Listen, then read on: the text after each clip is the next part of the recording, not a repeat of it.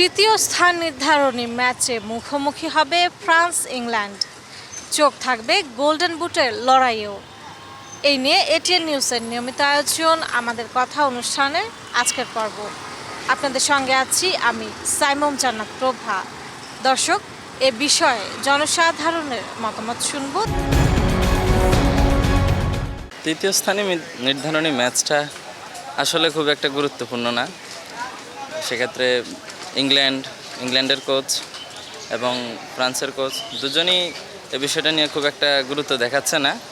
শুধু তারা গোল্ডেন বুটের যে রেসটা, সেখানে তাদের যেহেতু দুই দলেরই দুইজন খেলোয়াড় রেসে আছে, জুড বেলিংহাম এবং কিলিয়ান এমবাপ্পে, সেক্ষেত্রে ওই দৃষ্টিকোণ থেকে তারা বিষয়টা নিয়ে একটু ভাবছে। এবং ইতিহাস বলে বিভিন্ন সময়ে তৃতীয় স্থান নির্ধারণী ম্যাচে এইরকম গোল্ডেন বুট জিতার ক্ষেত্রে গুরুত্বপূর্ণ অবদান রেখেছে। অনেক খেলোয়াড় খেলেছে এবং অনেক সময় স্কোরও করেছে, এবং সেক্ষেত্রে সেই স্কোরটাই তাদেরকে গোল্ডেন বুটে পেতে সাহায্য করেছে। গোল্ডেন বুটের যে লড়াইটা, সেই লড়াইটা এবার আপনারা দেখছেন যে জাঁকজমকপূর্ণ একটা হচ্ছে। বেশিরভাগ ক্ষেত্রে আমাদের মনে হচ্ছে যে লিওনেল মেসি যোগ্য দাবিদার, আবার কিলিয়ান এমবাপ্পেও কোনো ক্ষেত্রে পিছিয়ে নেই।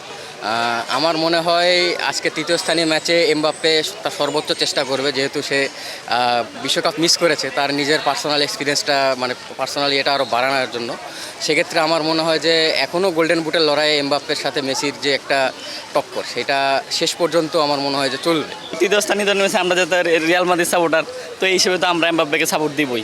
তাছাড়া এমবাপ্পে আর মেসি তো প্রায় সমান গোল আছে, 8 এমবাপ্পে সম্ভবত 8 গোল দিছে, মেসিও 8 গোল দিছে। তো এই হিসেবে আমি অবশ্যই এমবাপ্পেকে সাপোর্ট করবো, যাতে এমবাপ্পে গোল্ডেন বুটটা জিততে পারে। তৃতীয় স্থান নির্ধারণী যে ম্যাচ, এটা আসলে কোনো দলেই আসলে চায় না খেলতে, তারা সবাই চায় ফাইনাল খেলবে।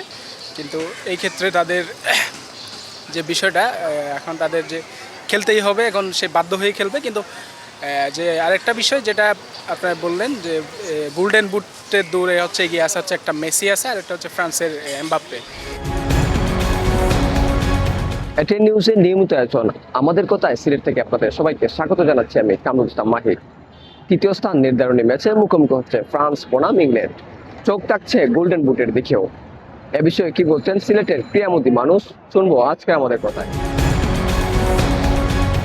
ফ্রান্স আর ইংল্যান্ডের যে খেলা আছে, এই খেলাটা মানে তৃতীয় স্থান নিয়ে একটা যে মতবাদ আছে, এটার ক্ষেত্রে যে গোল্ডেন বুট যে নিব, যে ওইটা নিয়ে, তো এটা নিয়ে যে ফ্রেন্ড সকলতে যে প্রতিক্রিয়া দেখা যায়, এটা মূলত এই অনেক বেশি উত্তেজনামূলক, এবং দুই দলই অনেক শক্তিশালী দল, এবং তাদের মধ্যে খেলাটা জমজমাট হবে। আমরা অপেক্ষা করলাম খেলার জন্য।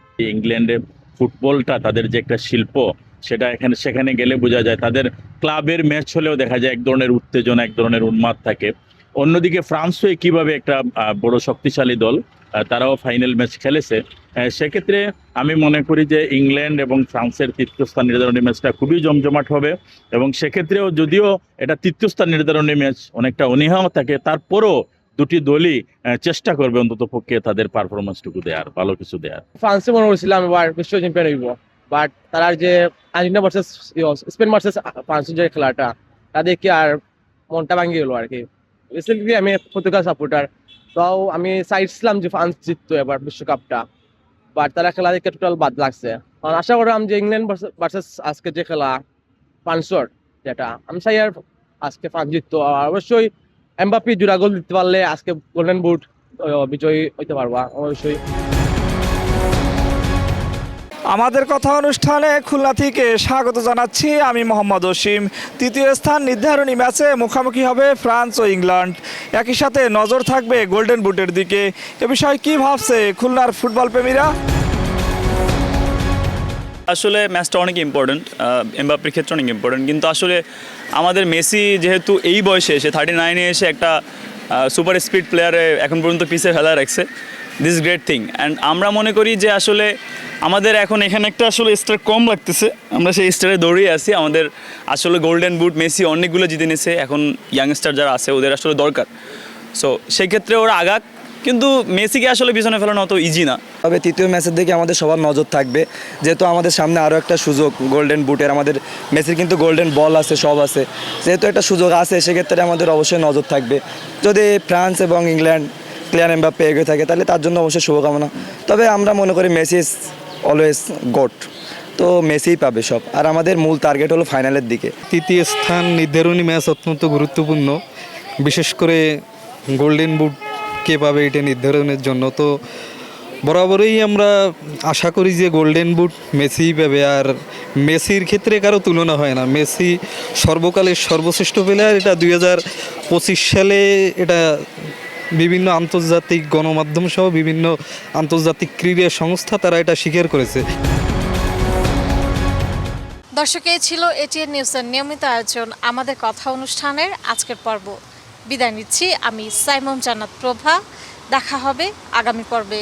ততক্ষণ পর্যন্ত সুস্থ থাকুন, ভালো থাকুন, সঙ্গে থাকুন এটিএন নিউজের।